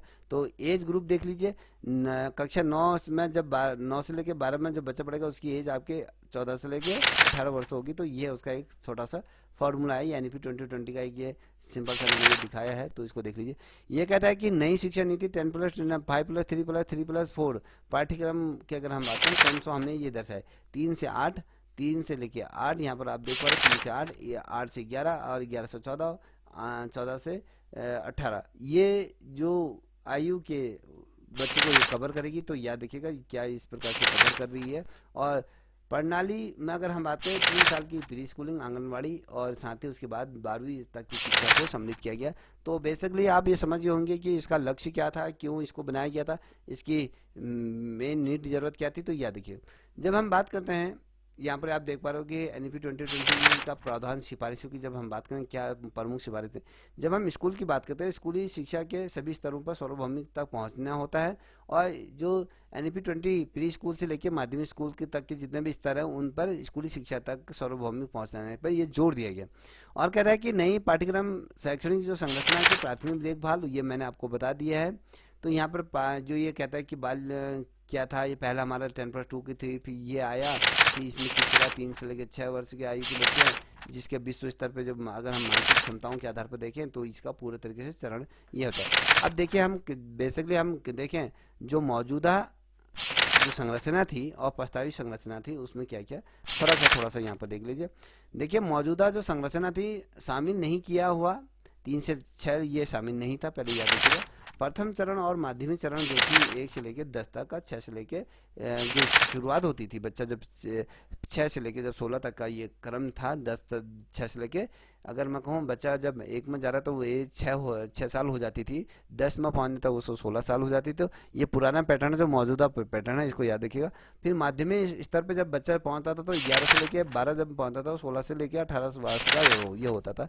तो ये आपका पुराना चरण था, ठीक है। जो नया चरण था उसमें कहता है आधारभूत चरण जो रखा गया इसमें जो सम्मिलित नहीं किया गया है, तो तीसरी जो वर्ष की जो शिक्षा थी प्री प्राइमरी थी, 3 से 6 और 2 वर्ष की ये रहेगी। अच्छा 1 से लेके 2 में ये 6 से लेके 8 तक का बच्चा जो होगा तो वो पढ़ेगा। अब देखिए प्रथम अगर मैं कहूँ प्राथमिक चरण होता है 3 से लेके 5 11, और माध्यमिक चरण होता है 6 से लेके 8 जो 11 से 14 होता है, और तीसरा चरण होगा 9 से 10 ये और 9 से 12 तक का अगर हम कहें जो 14 से लेके 18 वर्ष की आयु में ये रहता है। अब अगर हम यहाँ पे बेसिकली अगर हम देखें तो आधारभूत सीखने का संज्ञानात्मक चीज़ें जो मैंने अभी ऊपर आपको सारी चीज़ें बता दी, तो वही चीज़ें यहाँ पर मैंने थोड़ा सा और विस्तार से यहाँ पर दे दिया। थोड़ा सा देखें अब छात्रों के पाठ्यक्रम शिक्षा पद्धति के अगर यहाँ पर छात्रों को यहाँ पे विषय चुनने में अधिक लचीलापन मिलेगा। एनईपी 2020 में कला और विज्ञान के बीच पाठ्यक्रम का जो पाठ्योत्तर गतिविधि के बीच व्यवसाय शिक्षा के आधारभूत में कोई कठोर विभाजन नहीं होगा कहता है। अगर देखिए कोई बच्चा कला ले रहा है विज्ञान ले रहा है उसमें कोई विभाजन नहीं होगा। तो स्कूल में 6ठी कक्षा में व्यवसाय शुरू, देखिए यहाँ ये देखिएगा कि व्यवसायिक शिक्षा को किस कक्षा से शुरू कर दिया गया है, तो क्वेश्चन पूछा जाता है तो आपको 6ठी कक्षा से व्यवसायिक शिक्षा शुरू होगी और इसमें इंटर्नशिप भी शामिल होगी। तो याद रखिएगा क्वेश्चन क्या है एनईपी 2020 के अंतर्गत कौन सी कक्षा से व्यवसायिक शिक्षा को प्रारंभ किया गया है जिसमें इंटर्नशिप भी सम्मिलित की गई है, तो आपको पता है 6ठी कक्षा से प्रारंभ किया गया है। तो याद रखिएगा ये छोटे छोटे क्वेश्चन बन रहे हैं। अब हम जाते हैं शिक्षक प्रबंधन की अगर बात करते हैं प्रशिक्षण, तो मैंने आप बताया ना कि किस प्रकार से ये हमने एनसीईआरटी के द्वारा जो परामर्श में अध्यापक के हमने जब राष्ट्रीय पाठ्यक्रम शिक्षा रूपरेखा जब हम पढ़ी थी तो यहाँ पर आपको देख ले। अब बहुत भाषाएं हमने कहा कक्षा यहाँ पे ये इस नीति में कक्षा 5 तक की अगर बात करें 5 से लेकर 8 तक की अगर बात करें तो आगे मातृभाषा में कौशल के माध्यम से ये बल दिया जाएगा। हमने अभी आपको बता दिया मैंने कि त्रिभाषाई फॉर्मूला सहित स्कूली शिक्षा प्राथमिक उच्च शिक्षा सभी स्तरों पर क्या होता है संस्कृत को भी कहीं ना कहीं वैकल्पिक विषय में सम्मिलित किया जाएगा। याद रखिएगा कौन सी वो शिक्षा नीति थी जिसमें संस्कृत को एक वैकल्पिक विषय के रूप में शामिल किया जाएगा, उस पर जोर दिया गया था। तो आपको पता होना चाहिए एनईपी 2020 ये थी, ठीक है। अब यहाँ पर आप देख पा रहे हो जैसे मैंने अभी आपको पूर्व में ऊपर कहा था कि मूल्यांकन की जब मैं बात कर रहा था तो मूल्यांकन क्या था, इसको देखिए एक नया राष्ट्रीय मूल्यांकन केंद्र समग्र विकास और कार्य निष्पादन मूल्यांकन समीक्षा और ज्ञान विश्लेषण परख, जैसे अभी आपने सर ने एक बात कही थी अभी ये आ गया परख जो अभी सर बता रहे थे। सर ये परख क्या है थोड़ा बताओ।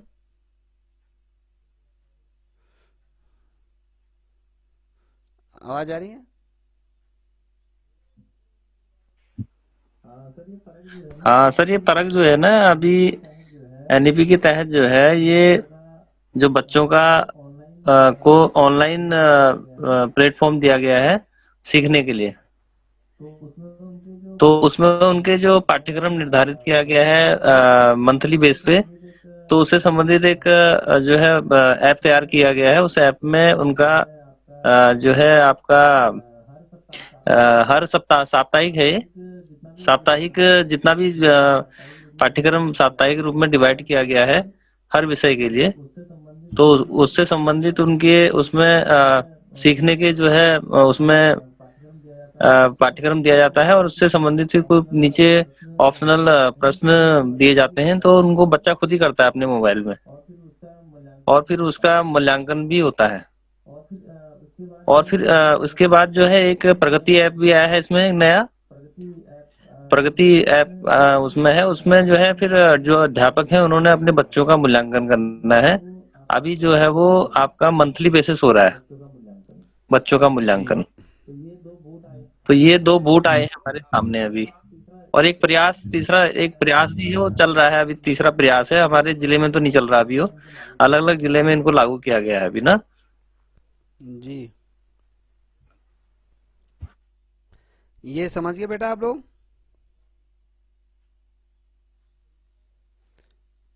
जो सर ने बताया बेटा समझ गए हो? अब आवाज।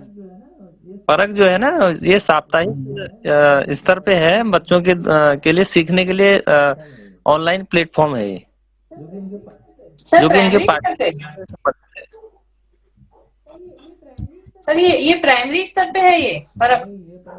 नहीं, ये परख जो है 1 से लेकर के 12 तक के बच्चों के लिए है, लेकिन अभी प्राइमरी स्तर से इसकी शुरुआत की गई है। अब ये पूरे इस समय इंटर तक चल रहा है, पूरे 1 से 12 तक के बच्चों के लिए। जी सर, तो क्या है इसके अंदर? इसके अंदर जो उनका पाठ्यक्रम है ना, उनका जो भी उनका पाठ्यक्रम है सभी विषयों का है। इनको अभी सारे विषय तो नहीं ले गए हैं, लेकिन प्राइमरी में तो इस समय 4 विषयों में हिंदी, गणित, अंग्रेजी और आसपास जो होता है, 4 विषयों पे चल रहा है ये। तो जो इनका मंथ के अनुसार जो पाठ्यक्रम डिवाइड होता है, जो पार्ट उसमें डिवाइड किए जाते हैं कि 4 पार्ट इस बार जो जो पढ़ाए जाएंगे, तो उन पाठों से संबंधित जो है इसमें जो है बच्चों का उसमें पाठ दिए जा रहे हैं, उनका कुछ अंश दिए जा रहे हैं, उससे संबंधित उसमें प्रश्न नीचे दिए जा रहे हैं, 10 प्रश्न पूछे जा रहे हैं। तो बच्चा उसको पढ़ रहा है, जैसे हिंदी में पैराग्राफ दिया जा रहा है उसको उसको पढ़ रहा है, फिर उससे संबंधित जो है नीचे प्रश्न दिए जा रहे हैं, तो उसके उत्तर वो क्लिक करके उसमें दे रहा है। और यदि अगर उसको कोई प्रश्न गलत कर रहा है तो उससे संबंधित उसमें फिर एक वीडियो आ जा रही है नीचे से बच्चे के लिए, तो बच्चा उस वीडियो को देख रहा है जो उसने गलती करी थी, तो उससे संबंधित वीडियो दी जा रही है, तो उसमें वीडियो में वो सीख ले रहा है कि मुझे कहाँ पे मैंने गलती की थी इसमें। तो ऑनलाइन प्लेटफॉर्म है कुल मिलाकर, ये साप्ताहिक अभी चल रहा है इस समय, मतलब हर सप्ताह बच्चों ने इसमें मूल्यांकन करना है। सर स्कूल में हो रहा है ये, मतलब ये फोन पे हो रहा है कैसे, मतलब इसी समझ में हाँ, नहीं आई सर। ये ऐसा है ना, ये शिक्षा विभाग करा रहा है हमारा उत्तराखंड, जो हमारा शिक्षा विभाग देहरादून में जो हमारा जी जी निदेशालय है, जो हमारा एससीईआरटी जो है हमारी ना, एससीईआरटी की बात हुई थी हमारी जो, जी जी तो एससीईआरटी ने इसको डेवलप किया है इस ऐप को। जी। अच्छा ये ऐप है मतलब सर? हाँ, ऐप है, ये ऐप है जो तो ऐप के अंतर्गत ही ये कार्य चल रहा है, ये पूरा एससीईआरटी से ये कार्य चल रहा है पूरा। डाइट इसमें शामिल है, डाइट भी इसमें शामिल है हमारी। तो ये बच्चों के मतलब पेरेंट्स के मोबाइल नंबर वगैरह इसमें लिंक होते होंगे ना सर? हाँ ये बच्चे हाँ, बच्चों घर पे करते हैं। में ऐसा है ना, जो मोबाइल नंबर लिंक तो नहीं है, जैसा ऐप है इसमें आप ऐप उसको डाउनलोड कर सकते हैं। आप लोग भी इसमें कर सकते हैं वैसे ना, आप इसको ऐप, जी सर। स्विफ्ट चैट ऐप है, स्विफ्ट चैट करके ऐप है। जी जी। हाँ, तो उसमें लेकिन किसी विद्यालय को का जो हमारा यूडाइस कोड होता है उसके तहत बच्चा जुड़ेगा उसमें।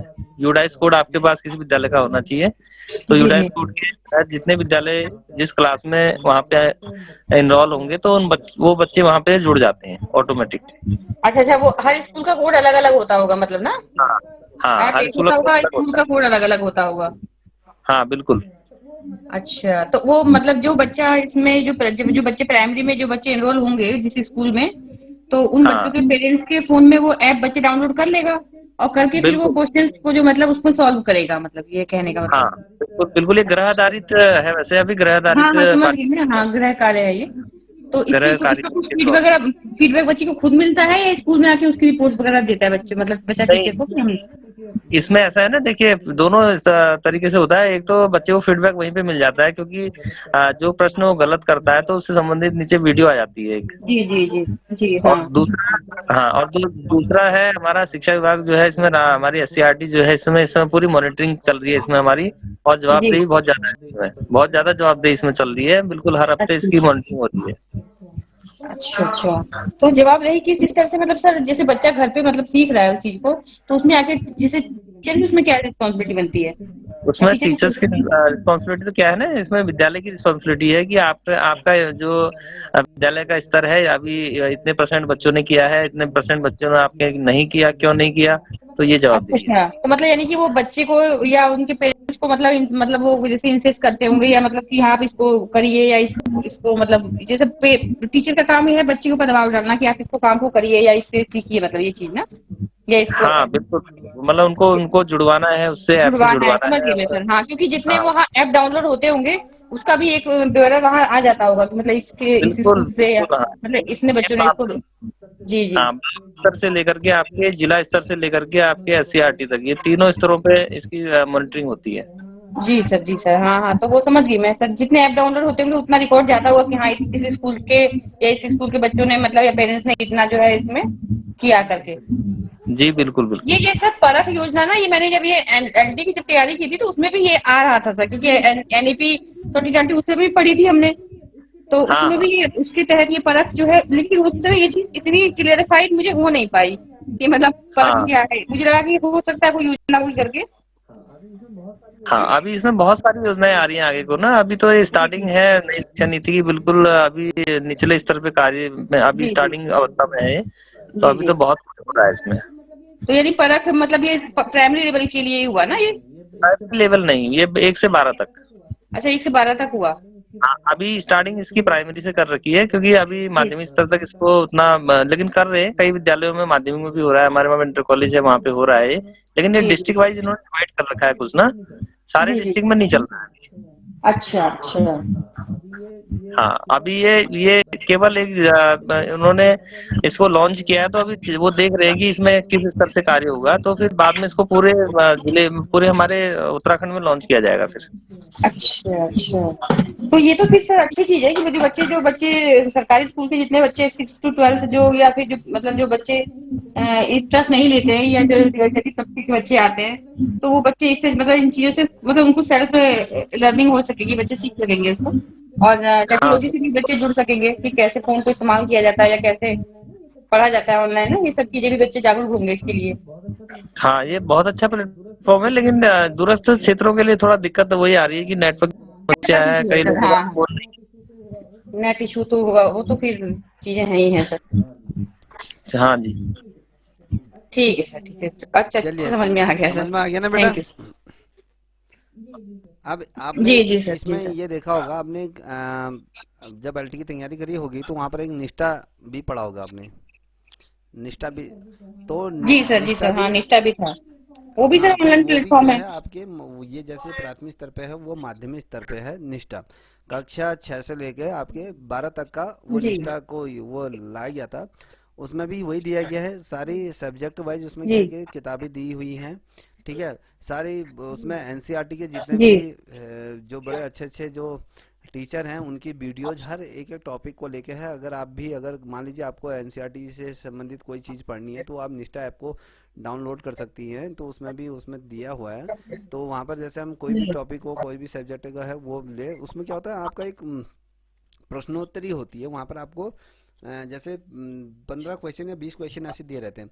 जब तक आपका वो क्वेश्चन गलत है, मान लीजिए आपने कुछ क्वेश्चन गलत कर दिए, तो वो आपको 3 अटेम्प्ट देते हैं। 3 अटेम्प्ट में वो आपने नहीं दिया तो आपका वो उससे आगे बढ़ेगा नहीं। जब तक वो आप उन प्रश्नों को जब तक सही तरीके से नहीं करोगे तब तक वो आगे नहीं बढ़ता। तो आपको रिजल्ट भी उसी वो शो करता है। फिर जाके आपका क्या होता है, जैसे मान लीजिए आपने अच्छा प्रदर्शन कर दिया तो फिर वहाँ से भारत सरकार के द्वारा ही आपको एक प्रमाण पत्र भी इशू होता है कि आपने अच्छा प्रदर्शन करा। तो उसमें मंथली टेस्ट होता है, तो फिर उसके प्रमाण पत्र भी मिलते हैं। ठीक है। सर, ये तो टीचर की ट्रेनिंग हाँ, का ही टीचर मतलब का पार्ट है ना टीचर सर का ये, एक पार्ट है। जिसका। उसमें बच्चों का भी है, बच्चों के लिए भी हाँ है, मतलब दो ये दो टीचर के लिए, दोनों अच्छा के लिए है। बच्चों के लिए भी है। तो शिक्षा कौशल को बेहतर अच्छा बनाने के अच्छा। लिए एक ये अच्छा प्लेटफॉर्म है। बेसिकली इसका ज़्यादा यूज़ तो कर अच्छा नहीं रहे हैं। अच्छा, मतलब उसको हाँ, भी यूज कर तो ये सकता है। है। ठीक है, तो यहाँ तक हमने से तो बेसिकली सर, बेसिकली मतलब वो जैसे ये जो निष्ठा ऐप है, बेसिकली वो तैयार वो किसके लिए किया गया है? टीचर्स के वो लिए किया दोनों गया के है या लिए है। बच्चों के लिए किया है? वैसे पहले तो जो अच्छा शिक्षा अच्छा। जो तो आप कह रहे थे कि हाँ, सर्टिफिकेट जो मिलता है, सर्टिफिकेट उसमें उसमें इशू होता है, जो तो ये बच्चों के लिए भी जो होता है वो? बेसिकली जो निष्ठा ये ऐप जो यूज लॉन्च किया गया था, उसमें टीचरों को इन्वॉल्व भी किया गया है अभी। तो उसमें क्या था, ठीक है, उसमें क्या है, जी उसमें जैसे कि टीचर को, मान लीजिए टीचर उसमें प्रशिक्षण कर रहा है, उसमें कुछ उसको क्या होता है, सब प्रत्येक उसमें 2-3 चैप्टर चैप्टर दिए रहते हैं, 1 सप्ताह के लिए दिए रहते हैं। तो 1 सप्ताह बाद आपका टेस्ट होता है, तो उसको टेस्ट आप दो। फिर इस तरीके से वो होता है प्रशिक्षण। मान लीजिए उसमें 13-14 प्रशिक्षण होते हैं, तो 13-14 प्रशिक्षण आपने 2 महीने 3 महीने का समय दिया, तो वो अगर कंप्लीट हो जाता है, फिर आपके जितने भी जिस टीचर ने अगर मान लीजिए कोई सबमिट किया है, अगर उसका गलत हो गया क्वेश्चन, तो फिर वो उसमें अच्छा प्रदर्शन नहीं कर पाए तो उसके लिए फिर लिखित कार्रवाई भी होती है कि उस टीचर को फिर उस पे वो कार्रवाई भी होती है कि वो क्यों नहीं सीख पा रहा है। अगर वो यहाँ पर नहीं सीख पा रहा बच्चों को क्या पढ़ाएगा। तो इस प्रकार से भी होता है। फिर बाद में क्या होता है उस प्रशिक्षण को जब आप कर रहे हो, जैसे मान लीजिए आप टीचर हो, आपके उसमें उसको डाउनलोड कर दिया जाएगा। फिर जाके आपको उसका जो तुम्हारा डाटा खर्च हो रहा है तो सरकार क्या करेगी, वो आपको 1,000 रुपया आपका उस कोर्स से, मान लीजिए आपका एक कोर्स से स्टार्ट किया तो 1,000 रुपया आपको उस कोर्स का देगी। आपका डाटा, जो आपका डाटा खर्च हो रहा है, जो भी कुछ फ़ोन का यूज हो रहा है, उसके लिए आपको 1,000 रुपये भी उसमें मानदेय के रूप में दिया जाता है। मतलब जैसे हाँ सर सर, ये किसी प्राइमरी भी स्तर से भी है ना, ये प्राइमरी स्तर से ही है हाँ, तो स्टार्ट पूरा। हमने भी किया था तो हमारा माध्यमिक स्तर पे हाँ, तो अभी मुझे भी मिले थे दो चार, वो तीन चार वो प्रमाण पत्र मिले थे। अब वो मैंने कहाँ रखे हैं, वो अभी होता तो मैं आपको अभी दिखाता। तो पता नहीं उसमें। हाँ, मेरे पास भी पढ़े थे। मतलब हाँ, सर वो जो आप बता रहे हैं जैसे जो निष्ठा है या जो ये मतलब इसको करना कंपलसरी है मतलब सर। चलिए, अच्छा। इतना समझ गए होंगे आप। ये वाला आप तुम्हारा जो कॉन्सेप्ट है सारा क्लियर हो गया होगा। आप देखिए जी जो सर, जी सर। उच्च यही होता है ना सर, एक तो किताब में पढ़ना और एक प्रैक्टिकल चीजों को गेन नॉलेज को गेन हाँ, करना अभी अलग जैसे चीज बहुत होती से है। लोग अगर मान लो जो हम ये वीडियो यूट्यूब में भी जाती है तो बहुत से बच्चे नहीं देखते। आप कहते हैं यार वहाँ पर तो कुछ पढ़ा नहीं है। आप जो बच्चा अगर जो पढ़ता है, मान लीजिए जो कोई बच्चे जैसे देखना है तो उसके दिमाग में अगर टॉपिक एक बार कोई एक चीज अभी मान लीजिए आपने अभी पढ़ लिया, फिर आप ये NP 2020 भूल नहीं सकती है। तुमने आप पढ़ लिया, अब ये सिर्फ रिविजन होगा। अब आपने क्या करोगे, यहाँ पर ये देखिए। अब आपका जो काम होगा सिर्फ ये होगा। देखिए हमने कहा कि यहाँ पे पूछा नया पाठ्यक्रम कहाँ से हुआ, ये हुआ मातृभाषा में कौन से कक्षा 6 में। अब ये वाला क्वेश्चन देखो, ये तमाम चीजें हैं। एक अभी हम जब कक्षा 6 को पढ़ेंगे तो कक्षा 6 में वोकेशनल कोर्स भी शुरू किया गया है। ये बाद में की बात चीजें हैं, ठीक है। जब हम ये पढ़ लेंगे तब ये बात की चीजें, तो ये वाला क्वेश्चन फिर आप ऑटोमेटिकली बन जाते हैं। समझ में आ रहा है ना।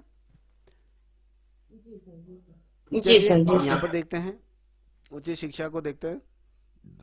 ये उच्च शिक्षा देखिए, ये कहता है कि समग्र बहु विषयी शिक्षा की अगर हम बात करें, यहाँ पर क्या करें, जो NEP 2020 में जो नीति है उसको लचीला पाठ्यक्रम बनाने की बात इसलिए की गई थी क्योंकि विषय में रचनात्मकता और संयोजन और व्यवसायिक शिक्षा को महत्वपूर्ण स्थान दिया गया है। आपको बताया, मैंने पूर्व में भी बताया गया, उनका एकीकरण करना, उच्च प्रमाणन करना और बहुप्रवेश निकासी बिंदुओं के साथ व्यापक आधारित बहुविषयी, ये तमाम चीज़ें हैं कि प्रवेश आपको मान लीजिए आपने इस यूनिवर्सिटी में प्रवेश लिया है, अगर आपको लगता है कि कहीं दूसरी यूनिवर्सिटी में जाना है तो वो आपको बहुत आसानी में से आप कभी भी एडमिशन ले सकते हो। तो इस प्रकार की कुछ चीज़ें दी गई।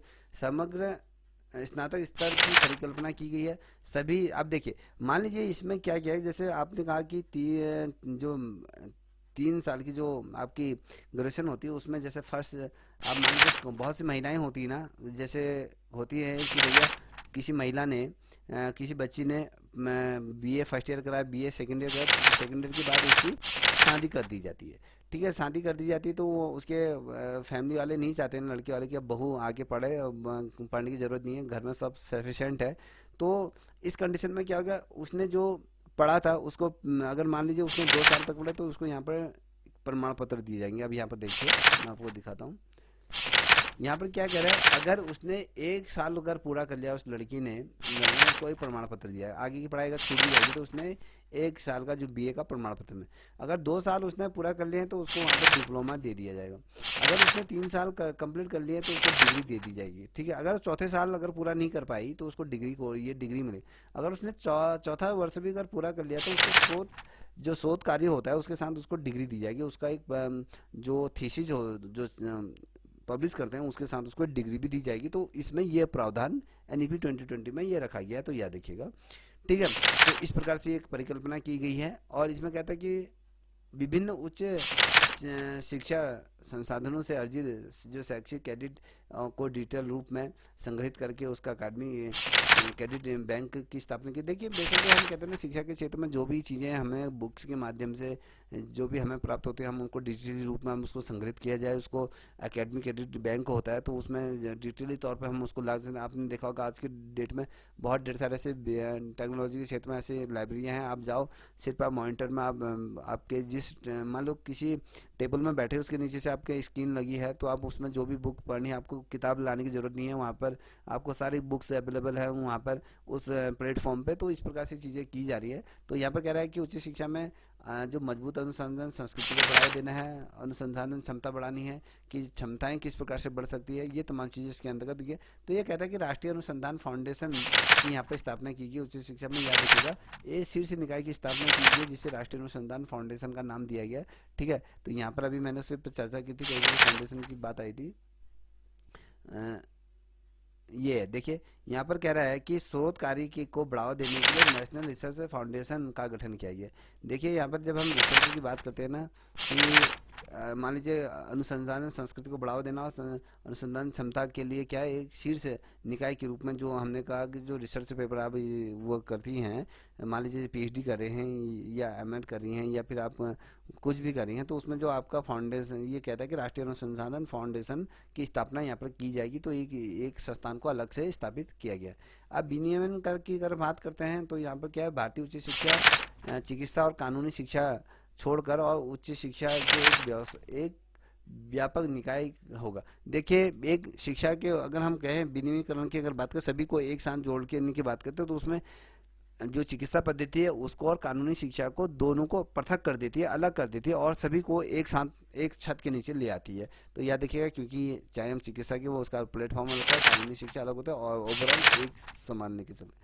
तो हम प्रौद्योगिकी शिक्षा की बात करते हैं, तो आपको पता है सीखने और मूल्यांकन को बढ़ावा देने के प्रौद्योगिकी विचार मैंने आदान प्रदान की मैंने बात करते हैं, उसमें राष्ट्रीय शैक्षिक प्रौद्योगिकी मंच NETF की ये बनाया गया है। भाषाई अगर हम बात करें, भारतीय भाषाओं को बढ़ावा देना, NEP की अगर हम कहें, जैसे IITE की अगर बात करते हो, ये कह रहा है NEP में भारतीय अनुवाद और व्याख्यान संस्थान की स्थापना की गई है।